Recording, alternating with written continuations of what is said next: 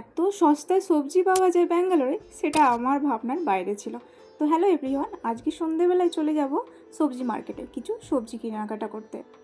সন্ধ্যের সময় husband office থেকে চলে এসছে, আর এই সবজি মার্কেট বলো, গ্রসারি আইটেম বলো, হাজব্যান্ড আমাকে সাথে করে নিয়ে যায়। বেরিয়ে পড়েছি। প্রথমে খেয়ে নেবো আমাদের পছন্দের জায়গার পছন্দের চা। তো ঝটপট চা খেয়ে বেশি দেরি না করে চলে আসলাম সবজি মান্ডিতে। আমি প্রায় 3-4 দিনের মতন সবজি নিই, তার থেকে বেশি নিই না, কারণ কি বেশি নিলে শুকিয়ে যায়, সেটা খাওয়া যায় না, ফেলা যায়।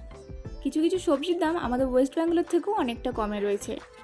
ব্যাঙ্গালোরের ওয়েদারের সাথে সাথে এখানে আরেকটা জিনিস আমার বেশ ভালো লাগে, শীতের যে পছন্দের সবজিগুলো সেগুলো এখানে 12 মাস পাওয়া যায়। যেমন ফুলকপি, বাঁধাকপি, বিনস। আজকে যে টাইমে গিয়েছি ফুলকপি বাঁধাকপি ছিল না, পছন্দের ছিল ফুলকপি, বাট পেলাম না। যা সবজি নিয়েছি মোটামুটি 3-4 দিন চলে যাবে। আর এখন আমাকে হাজব্যান্ড নিয়ে যাচ্ছে আমাদের পছন্দের একটা মিষ্টির দোকান। না, মিষ্টির দোকান ঠিক নয়, আশা করি এখন বুঝতে পেরে গেছো যে কোথায় এসেছি আমরা, জিলিপি খেতে। মাঝে মাঝে আমার মিষ্টি খেতে মন চাইলে আমি এখানেই চলে আসি, কারণ এখানে রসগোল্লার দাম 45 রুপিস, যেটা আমার পক্ষে মাঝে মাঝে পসিবল হয়ে ওঠে না খাওয়ার জন্য। 2-3 বার রসগোল্লা ট্রাই করেছি ঠিকই, কিন্তু সেরকম টেস্ট নেই। বাঙালি তো মাঝে মাঝে মিষ্টিটা না খেলেও হয় না।